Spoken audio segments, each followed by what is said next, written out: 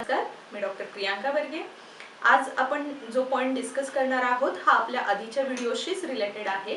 आपण आपल्या आधीच्या व्हिडिओमध्ये बघितलेलं व्हायरस, विषाणूचा कसा आकार असतो, शेप असतो, ते कशा प्रकारचे असतात, किती असतात आणि त्याच्यावर वॅक्सिन, आपण हा पॉइंट आपल्या आधीच्या व्हिडिओमध्ये बोललेलो।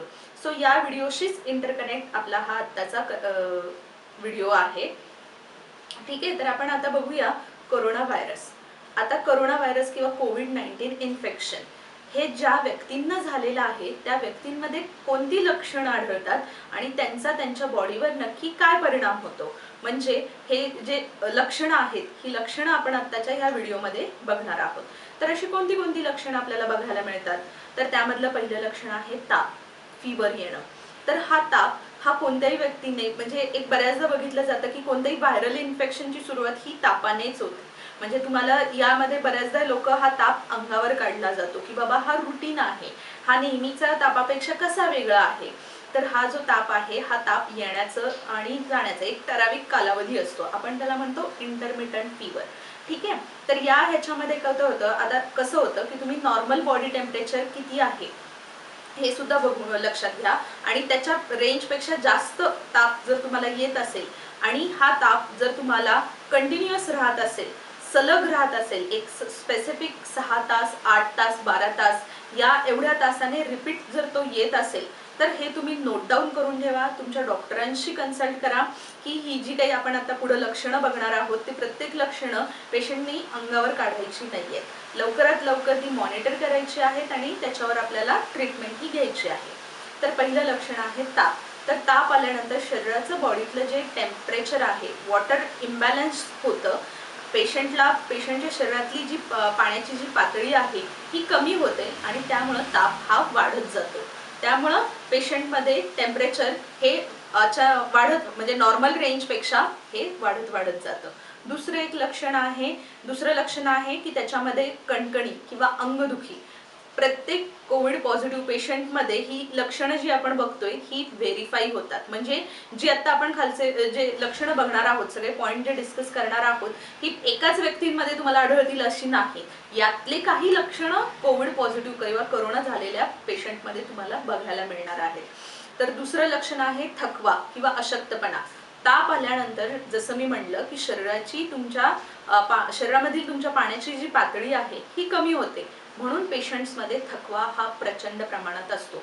कोणत्याही दुसऱ्या व्हायरल इन्फेक्शनपेक्षा ह्या इन्फेक्शनमध्ये थकवा किंवा जे म्हणतो ना आपण की काहीच करायची इच्छा नाहीये, एकदम गळून पडल्यासारखं वाटतंय, ही जी भावना आहे ही ह्या पेशंट्समध्ये आपल्याला खूप बघायला मिळते। नंतर पेशंटमध्ये दुसरं आढळणारं लक्षण आहे ते म्हणजे डोकेदुखी।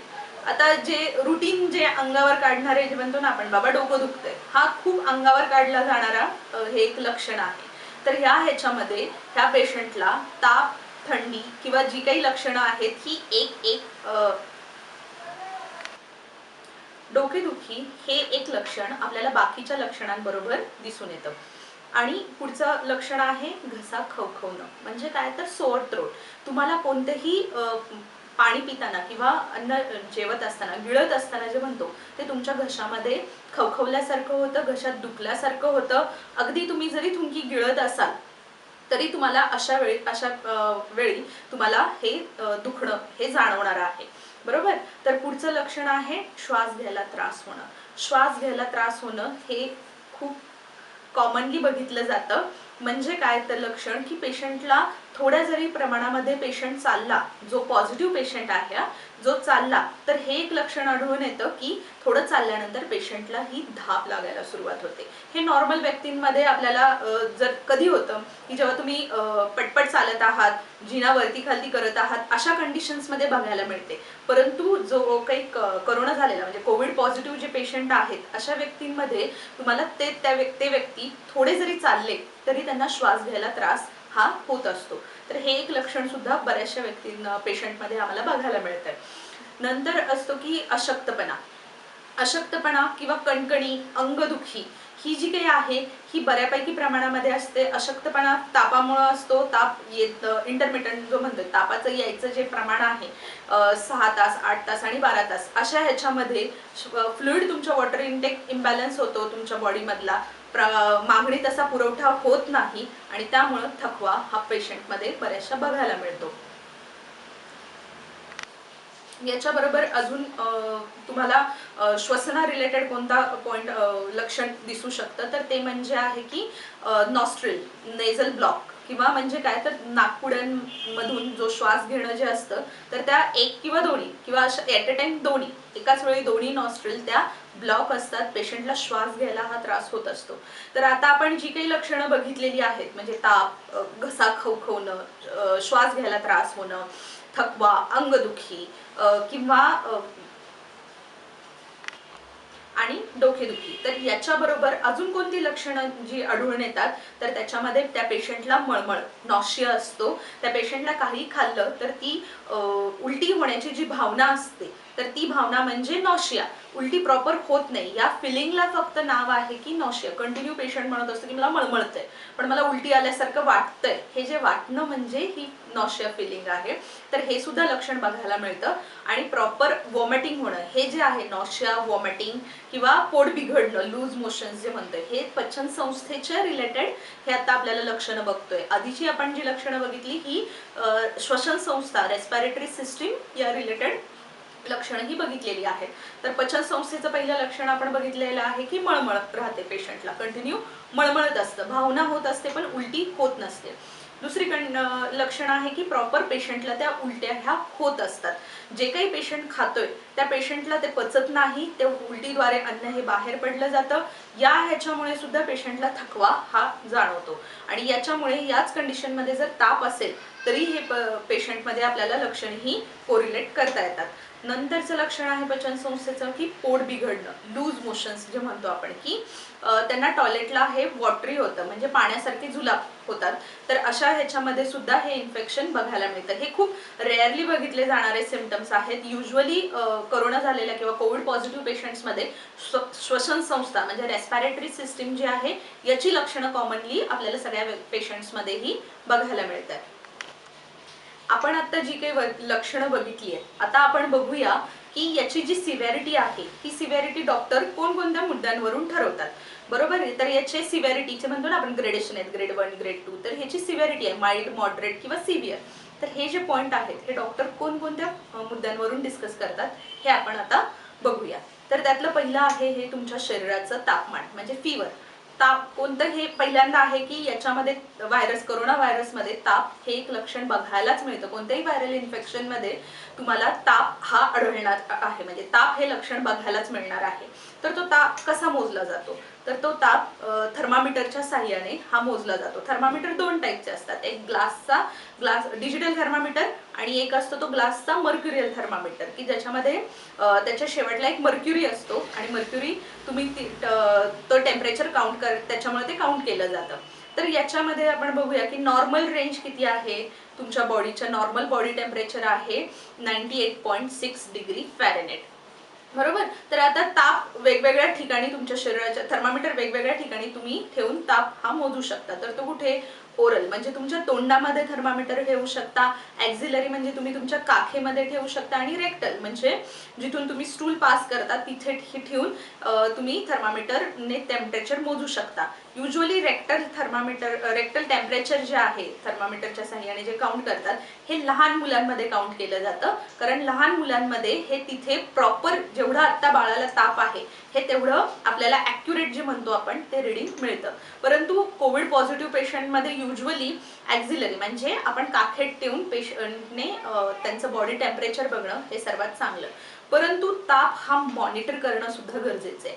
म्हणजे काय, हा ताप किती वेळानंतर येतोय, आपण आता लक्षणांमध्ये सुद्धा म्हणलो की ताप हा 6 तास 8 तास 2 तास किती वेळाने येतोय आणि तुम्ही जी औषधं घेताय ह्या औषधाला तुमची बॉडी कशी रिॲक्ट करते याच्यावर त्याची पुढची मात्रा ही अवलंबून असते औषधांची. त्यामुळं ताप येणं हे खूप महत्त्वाचं लक्षण आहे आणि ते प्रॉपरली ऑब्झर्व केलं पाहिजे. दुसरं एक साईन आहे ते म्हणजे तुमचे हृदयाचे ठोके, पल्स रेट पल्स रेट म्हणजे काय तर नॉर्मल कंडिशन मध्ये किती असतात हे आपण बघूया. तर पल्स रेट हे तुमच्या बॉडीचे 60 ते 90 याच्या दरम्यान असले म्हणजे ह्या कंडिशन्स आपल्याला बघायला मिळतात. नॉर्मली 60 पेक्षा जर कमी असेल तर एक टर्म आहे सायनस ब्रॅडिकार्डिया. म्हणजे काय की हृदयाचे ठोके हे नॉर्मल पेक्षा थोडे कमी आहेत, परंतु ही जास्त ॲबनॉर्मल कंडिशन नाहीये. दुसरी कंडिशन आहे की सायनस ट्रॅकिकार्डिया. ही जन्मताच असते. सायनस ज्या आपण कंडिशन डिस्कस करतोय ही बऱ्याचशा पेशंट्समध्ये ही जन्मताच असते, फक्त ही बघितली जात नाही किंवा डायग्नोज केली जात नाही. ब्रॅडिकार्डियामध्ये जसं आपण म्हणलं 60 पेक्षा कमी. टॅकिकार्डिया कंडिशनमध्ये हे 90 पेक्षा जास्त हृदयाचे ठोके हे एका मिनिटाला त्या व्यक्तीमध्ये आपल्याला बघायला मिळतात. तर कोरोना पॉझिटिव्ह पेशंट मध्ये हे हृदयाची कोणती कंडिशन बघायला मिळतात तर सायनस टॅकिकार्डिया कंडिशन. कारण ताप आल्यानंतर हे शरीराचे जे काही ब्लड फ्लो असतो त्याच्यामुळं हा वाढलेला असतो, त्यामुळे हृदयाचे ठोके हे वाढलेले असतात. त्यामुळे टॅकिकार्डिया कंडिशन हृदयाचे ठोके हे 90 पेक्षा जास्त ते अगदी 120 पर्यंत सुद्धा तुम्हाला बघायला मिळू शकतात. नंतर आहे की तुमचा रेस्पिरेटरी रेट म्हणजे काय तर तुमच्या श्वासोश्वासाची गती. एका मिनिटाला तुम्ही किती वेळा श्वास घेताय. रेस्पिरेटरी रेट म्हणजे श्वासाचा घ्यायचा जो शरीरातला एका मिनिटाचा जो रेट आहे हा नॉर्मल किती असतो तर तो 12 ते 16 पर मिनिट. म्हणजे एका मिनिटाला 12 ते 16 वेळा आपण श्वास शरीरामध्ये आतमध्ये घेतो आणि सोडतो. म्हणजे हा जो रेट आहे हा जो कोविड पॉझिटिव्ह पेशंटमध्ये कोरोना झालेल्या व्यक्तींमध्ये हा रेट हा 20 किंवा 20 पेक्षा जास्त हा पुढे म्हणजे 20 वेळा श्वास आत घेणं आणि सोडणं ही प्रोसेस बघायला मिळते. अशा ह्याच्यामध्येच आपल्याला बघायला मिळतं की आपण सुरुवातीला लक्षणांमध्ये सुद्धा बघितलेलं की डिफिकल्टी इन ब्रीदिंग. श्वास घ्यायला त्रास होतो. श्वास घ्यायला त्रास होतो म्हणजेच काय की त्यांचा रेस्पिरेटरी रेट हा वाढलेला असतो. मागणी शरीराची भरपूर आहे, परंतु जेवढा श्वास घेतोय तो पूर्ण शरीरामध्ये अपुरा पडतोय. त्यामुळे त्याचा जो रेट असतो रेस्पिरेटरी रेट हा जास्त प्रमाणामध्ये पेशंटने श्वास आत बाहेर करत असतो. आणि ती जी लक्षण आहे हे आपल्याला दिसतं की पेशंटला बाबा धाप लागली आहे जे म्हणतो ना आपण, ते म्हणजे त्या कंडिशनला रेस्पिरेटरी रेट श्वासाची गती वाढलेली असते. ठीक आहे. BP blood pressure. Blood pressure आता कोविड पॉझिटिव्ह किंवा कोरोना पॉझिटिव्ह पेशंट्समध्ये किती असतं हाही एक बऱ्याचदा विचारला जाणारा बऱ्याचशा पेशंट्स कडून ही एक डिमांड असते की बाबा किती असतात आम्हाला हे याचे नॉर्मल व्हॅल्यूज आणि हे सुद्धा समजून सांगा. तर लक्षात घ्या की हृदय आकुंचन आणि प्रसरण पावणं आणि या प्रोसेसमध्ये त्याचा रक्तवाहिन्यांवर जो दाब पडतो हे काउंट करणं म्हणजे बीपी मोजणं आहे. ठीक आहे. तर बीपीच्या 2 कंडिशन असतात. अगदी बोली भाषेत म्हणतात बाबा वरचा बीपी आणि खालचा बीपी. वरचा म्हणजे सिस्टॉलिक बीपी आणि खालचा म्हणजे डायस्टॉलिक बीपी. हे बीपी हा कधी एक अंकी नसतो. वरचा आणि खालचा म्हणजे सिस्टॉलिक आणि डायस्टॉलिक. कारण आकुंचन आणि प्रसरण कॉन्ट्रॅक्शन आणि रिलॅक्सेशन ही जी प्रोसेस असते या कंडिशन मध्ये 2 रीडिंग हे येतातच. तर नॉर्मली 120 ते 120 बाय 120 बाय 80 म्हणजे 120 बाय 80 ही नॉर्मल रेंज पकडली जाते.